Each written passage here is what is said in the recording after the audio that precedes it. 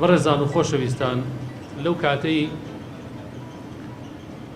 کە خوای پەروەردگار تەماشای سەر زەوی کرد و شایستەی ئەوە بوو کە سزایان بدا و غەزەبیان لێ بگرێ فەرمانی بە نوح کرد سەلامی خوای لێبێ وەصنع الفولک بأعیوننا ووحینا فەرمانی پێ کرد کە کەشتێک دروستکە بە فەرمانی ئێمە و ئەو کەشتێ بۆچی دروستی بکە ولا تخاطبني في الذين ظلموا إنهم كانوا مغرقون بۆ ئەوەی ئەو قەومە لە ناوبەرێ بۆیە وهي تجري بهم في الموج كالجبال خوای پەروەردگار سزای قەومی نوحی دا لەبەرەوەی ئەو قەومە شایستەی ئەوە بوو کە سزا وەربگرێ بە شێوەیەک خوای پەروەردگار سزایدان ژێر زەوی ئاو هەڵەقڵاو لە ئاسمانیشەوە ئاو ئەبدا ئەباری هەتاکو وهي تجري بهم في الموج كالجبال هەتاکو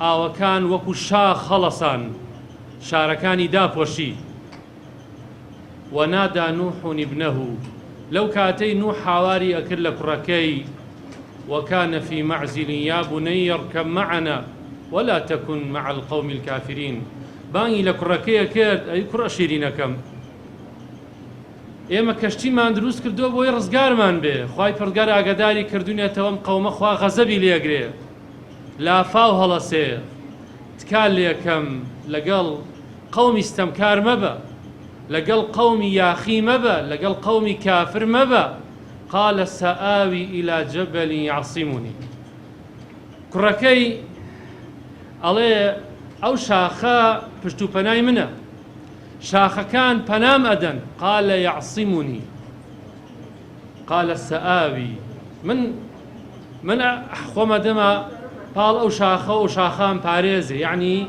ئاو ناگاتە چیاکان قال نوح وڵامی داتەوە سەلامی خوای لێبێ نوح وڵامی داتەوە کە ئیمڕۆ لا عاصم اليوم من أمر الله إلا من رحم ئیمڕۆ هیچ شتێک بە فریاد ناکەوێ کاتێک کە فەرمانی خوا هەستا کە غەزەب ئەبارێ و خوای پەروەردگار فەرمانی کردووە کە ئەبێ ئەم قەومە تایە بچێ هیچ تۆ ناپارێزێ کوڕە شیرینەکەم تکال لێ یەکەم لەگەڵ قەومی ستەمکار مەبە ئللا مەگەر کەسێک خوای پەروەردگار ڕەحمی لێ بکە بەڕێزان و خۆشەویستان خوای پەروەردگار لە سوورەتی ئەلەنعامە فەرمێ وهو القادر على أن يبعث عليكم عذابا من فوقكم أي محمد فيان بڵێ خوای پەروەردگار بەتوانایە على أن يبعث عليكم عذابا من فوقكم لە ئاسمانەوە سزاتان بۆ دابارێنێ أو من تحت أرجلكم یان لە خواری خۆتانەوە هەندێک لە مفەسیرین وایان بەیان کردووە فەرمێ مناڵەکانی خۆتان لێتانە بێتە دوژمن أو من تحت أرجلكم أو يلبسكم شيعا یان لەناو خۆتانە هەموو تێگەچن هەموو ئەکەونە گیانی یەکتری هەموو ئەبێ بە شەڕتان هەموو ئەبێ بە کێشەتان لەناو عایلە خۆشی نامێنێ لەناو گەڕەک خۆشی نامێنێ لەناو شار نامێنێ ئەم بەڵاو موسیبەتە هەموو شوێنەگەگرێتەوە وەکو تۆفانەکە ئەزانن تۆفان هەستاوە هەر بە فیعلی ئێسا لە هەندێ وڵات وهو القادر على أن يبعث عليكم عذابا من فوقكم لە هەندێ وڵات ئێستا لە کاتێکا کە وشکە ساڵیە لێرە لە هەندێ وڵات خوای پەروەردگار غەزەبی لێ گرتووە لافا وەستاوە هەڕەشە لەسەر شارەکانەکە هەڕەشە لەسەر گیانی خەڵکیە ئەو من تحتی ئەرجولیکم بۆیە بەڕێزان و خۆشەویستان بەڕاستی لافاوێک بەڕێوەیە لافاوی فیتنە اینجا لافاو شەرنی هەر ئاو بێ ئێستا ئەو لافاوی فیتنەیە ماڵ نییە نەیگرت بێتەوە هەمومان ئەو شایەتیا دەین ئێستا ئاسان نییە بەری بگرین جگەل لەوەی کە ئەبێ هەموو لایەکمان ئیعتراف بکەین ئەبێ بچینە کەشتەکەی نوحەوە ئەبێ هەموو لایەکمان ئامادەسازی بکەین بۆ ئەوەی بچینە ئەو کەشتیەوە ئەگەر نا وەڵڵاهی جگەل لەو کەشتیە نامان پارێزێ ئەگەر بچینە سەر چیاکانیش نامان پارێزێ ئەگەر پاڵ دەینە عەقڵی خۆمان نامان پارێزێ ئەگەر بمانەوێ قوتابخانەی تایبەت بکەینەوە نامان پارێزێ ئەگەر بمانێ بچینە دەرەوەی وڵات نامان پارێزێ مانێ بچینە هەندەران، مانێ بچینە بەریتانیا، ئەڵمانیا، ئەوروپا، ئەمریکا، ئەمانە نامان پارێزێ جگەل لەوەی کە ئەبێ وەصنەعی الفولکە، ئەبێ کەشتی دروستکەین. اینجا ئەوەی کە لەسەر ئێمەیە بۆی ئەو کەشتیە بەڕاستی خەریکی ئەو کەشتیە بین، ئامادەسازی بکەین بۆی هیچ سزا و عەذابێک نەمان فەوتێنێ، بۆەوەی هیچ فیتنە و فەسادێک نەمان توێنێتەوە. یەکەمین شت پەیوەندی بە خۆمانەوەی، ئەبێ هەموو لایەکمان بینی خۆمان و خوا ساخکەین، مناجاتێ بکەین، تەوبە بکەین. ئامانجمان لە هێنانەدی ئەو مناڵانە چییە؟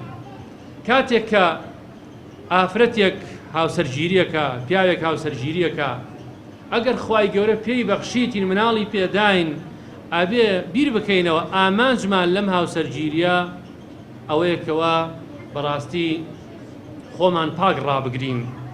ئامانجمان لە خستنەوەی منداڵ بەڕاستی ئەبێ ئەوە بێ خوا لێمان ڕازی بێ، ئەبێ بۆ ئەوە بێ ئەم زەویە ئاوادان کاتەوە، ئەبێ بۆ ئەوە بێ عیبادەت بکە، ئەبێ بۆ ئەوە بێ بەڕاستی جێنشینێکی باش بێ.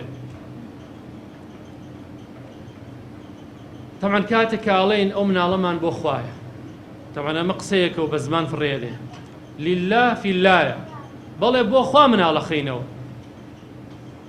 إن صلاتي ونسكي ومحياي ومماتي لله رب العالمين لا شريك له بذلك أمرت وأنا من المسلمين. أو خايف الرجال وتي إبراهيم لقرآن أبو ما نجرته نيجم قل إن صلاتي ونسكي قرباني ومحياي ومماتي جيان ما نمردنم هل هم يبو خايف الرجال. إبراهيم راسي كرت قد صدقت الرؤيا، إبراهيم راسي كرت لقى الخوا ما نمردني بو خوابو ئەو کوڕەی کە هاتە دنیاوە هەل لە تەمەنی لاوێتیە بۆ خوا سەری بڕی، بەخوای پەروەردگار داوای ئەوەی لە ئێمەش نەکردو. بەڵام ئەمەی کە دیعایاکەی نەڵێن کاکە وەڵا ئێمەش بۆ خوامانە، ئەمە بەڕاستی ئەبێ بیسەلمێنین بۆ خوامانەیان نا، زانین بۆ خوامانە. یەکەمین خاڵ کە زۆر زۆر گرنگە ئەوە لە خۆمانە ئەبێ نێتی لێبێنین و بەکردەوەش بیسەلمێنین، چونکە ئەوە هەر تەنها دیعایەکە، ئەگەرنا نەمان سەلمان بەڕاستی دوجار ئەدرێتەوە نێوچەوانی خۆمانە. ئایا ئێمە ڕاستمان کرد لەگەڵەوە مناڵانەمان بۆ خوا پەروەردەکرد، بۆ خوا نێتمان بۆ خوا لێهێنا، بۆی خوا لێمان ڕازی بێ، بۆی ئەجر و پاداشمان زۆر بێ. چونکە بەڕێزان و خۆشەویستان، مناڵ تەمەنی دووەمی ئێمەیە، ئێمە نامرینە گە مناڵەکانمان ساڵح بێ، بەردەوام خێر و چاکە و کردەوەی باشمان بۆ دێ. بۆیە ئەرکی ئێمە لە دوای ئەوەی کە نێتمان لێهێنا و قۆڵمان لێ هەڵماڵی و بڕیارماندا کە ئەم مناڵانە بۆ خوا گەورە بکەین، پێویستە خوایان پێ بناسێنین. زۆر گرنگە خوای پەروەردگاریان پێ بناسێنین، فێری خواناسیکەین، چونکە بەڕاستی ئەگەر خوایان ناسی لە قەزا و قەدەر تێگەیشتن، لەوە تێگەیشتن کە ڕزق لای خوای پەروەردگارە، ئیتر ئەو کاتە دەست بۆ حەرام نابن. ئەزانن پێغەمبەری خوا صلی الله علیه وسلم کاتێک کە حەسەن و حوسێن دەست ئەبەن بۆ دەن کە خورمایەک کە هیچ زەکاتە، پێغەمبەری خوا صلی الله علیه وسلم فەرمێ کخ کخ بیتفێنەوە،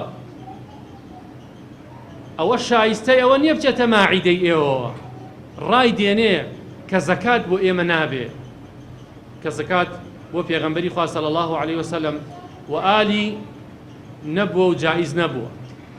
کەواتە پێغەمبەری خوا صلی الله علیه وسلم بەو شێوەیە پەروەردەیە کرد کە خوای پەروەردگار ڕەزاقە، خوای پەروەردگار ئەمان بینێ. ئیبن عەباس کە ئامۆزایەتی کاتێک کە لە ئەو وڵاقی کە پێغەمبەری خوا صلی الله علیه وسلم سەرەکەوێ ئەویش لە پشتیەوە بێ، کۆمەڵە نەسیحەتی زۆر جوانی ئەکا.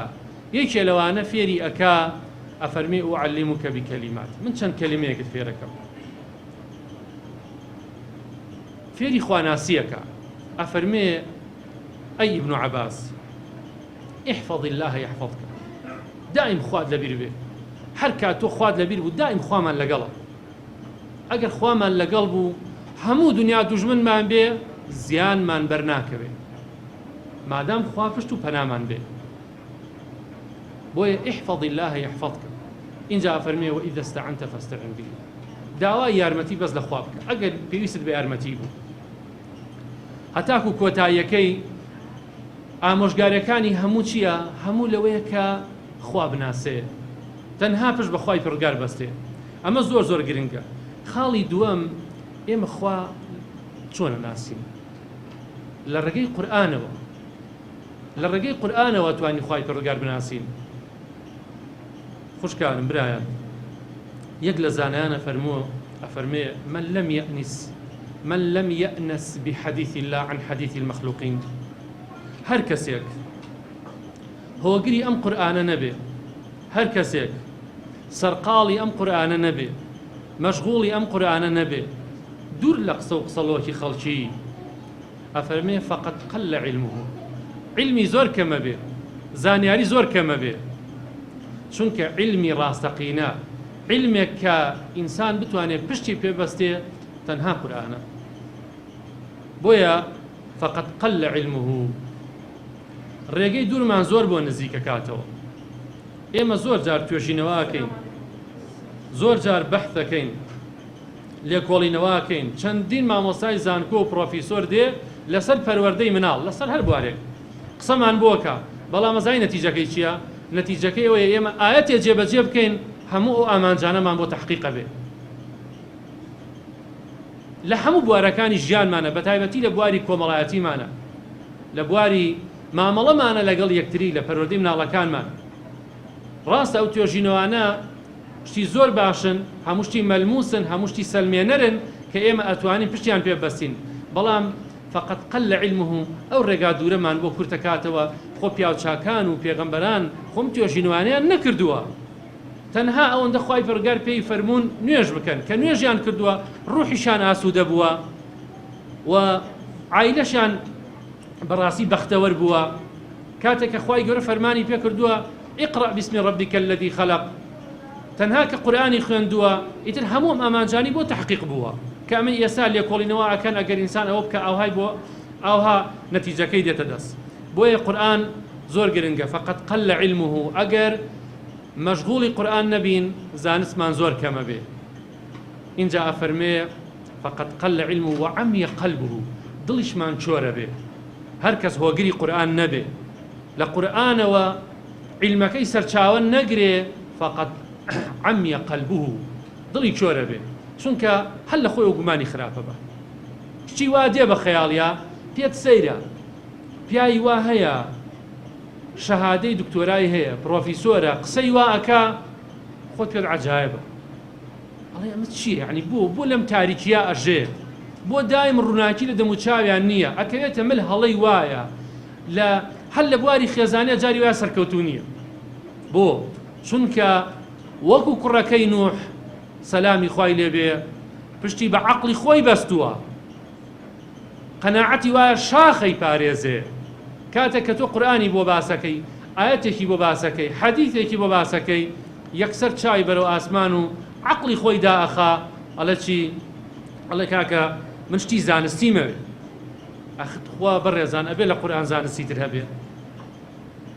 باوەڕتان بێت جارێکیان ئاوا بە محازەرەیەکم باس کرد لە شوێنێک، برایەک هەستا کە مسڵمانیشە الحەمدوللا ئەهلی دین، وتی ماوەسا من وام زانی شتێکی عیلمی باسەکەی، بەڕاستی عەیبە و حەیفە مسڵمان بگاتە ئەو ئاستەی قورئانی بۆ باز بکرێ، کاکە سەیری کە خێرە، گوێی لێ بگرە خێرە، تەفسیرەکەی بخوێنەوە خێرە، لێی تێ بگە خێرە، مامەڵەکردن لەگەڵ قورئانە زەرەری تیان نییە، هەمووی هەر خێرە، چونکە کەلام کەلامی خوای پەروەردگارە.